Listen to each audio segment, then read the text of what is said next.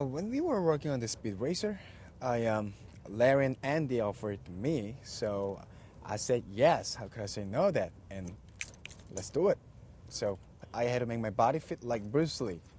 You know, I trained for 8 months, 5 days a week, 8 hours a day, and I ate only chicken breast and vegetables. Salmon. I wouldn't even let him eat that though. He used to sneak that in.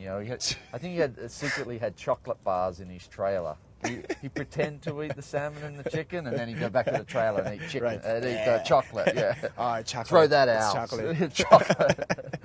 I think it's a fake actually, and all that. It's all digital. That wasn't his body actually.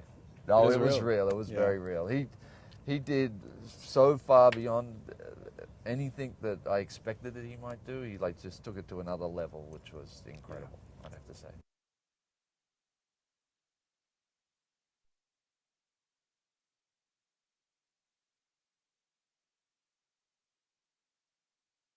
Well, I guess what you start out with, you start out obviously with the script, and the script hints at what you might be able to, do in an opening scene like that. So then you get with the storyboard artist, and you start drawing, feeding ideas, and then you start having fun. Oh, maybe that guy's head should come off, and maybe when his head comes off, it should land next to him on the floor, for example. And then, some if it is practical effects on set, like blood bags and things like that. Mm-hmm. But then also wanted this to feel like it was part anime, part game. So then some of it you do digitally, and so you put that in. So it's a sort of a slow evolving process.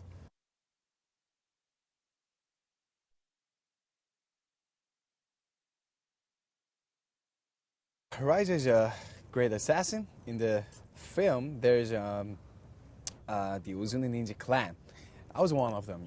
One day they killed my first love, and then I decided, revenge to the Ozuna clan.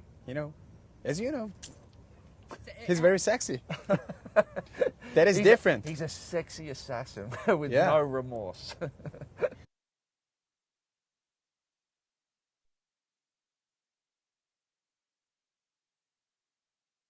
There is the ninja mythology, if you actually get into all that stuff, and there's reams and reams of it. It is, the first kind of stealth fighters or guerrillas or whatever you want to call them, and they always resolved out of darkness and then slip back into darkness. And I think it wasn't so important to be so true to that mythology, but to sort of bring it screaming and kicking into the 21st century. So did a mixture of styles, a little bit of film noir, a little bit of horror to make them feel really scary and creepy and horror-like, but also used the dark sort of shapes and light of film noir, and just give it a modern feel.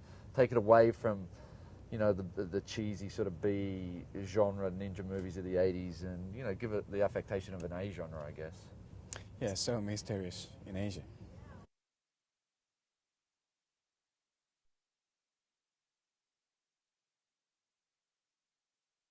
When I was young, I wanted to challenge to myself, challenge myself to in the U.S. So I wanted to be action hero. So I think, I love all of them, all of sequence.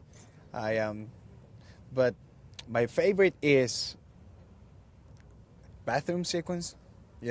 Yeah, I think it made him work hard, a lot of the scenes that he shot were really challenging. The bathroom sequence was one because it's like a close confine kind of fighting style, very visceral, very violent because it's the rite of passage for the ninja. But some of the other sequences he shot, running amongst the cars with the oncoming traffic, that's him running around in the traffic, that stuff's hard, it's like freezing at nighttime in Berlin, he's all cut up, he's got blood all over him, some days, when I'm sitting behind the monitor in my big overcoat and he's walking around with no shirt on and it's freezing and I'm throwing water on him, I'm glad it's you. Yeah, we had to, classic filming. So there's no wire, no camera tricks, just safety wire. And he never complained actually, except for once. You know, we were out there really late one night. It was like 3 o'clock in the morning, and it was freezing. You know, just before dawn, and we're throwing buckets of water on him. It was terrible. Yeah. He goes, James, I'm really cold. Yeah. But still, you know, stood out there. I said, oh, really? Throw another bucket of water on him. I'm so humble. Yeah, he is. He's humble. It's true.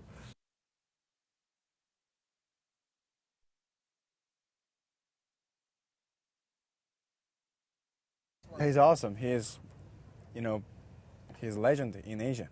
Yeah, he's very, he's very popular in Asia. Yeah, we had a good relationship.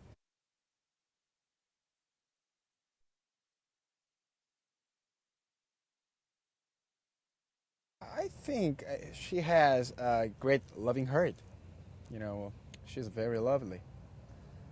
Yeah, she's a great actress, Naomi. You know, like obviously she was in 28 Days Later, Miami Vice, Pirates of the Caribbean. And I think the fantastic thing about her was, you know, like when you when you present someone with a movie called Ninja Assassin, they either like get it or they don't get it. Naomi was, you know, one of the few people who went, Ninja Assassin, that sounds cool. You want to make a movie like that? Yeah, I'm there. I'm with you. And I thought her and Rain had like a great relationship on screen, actually.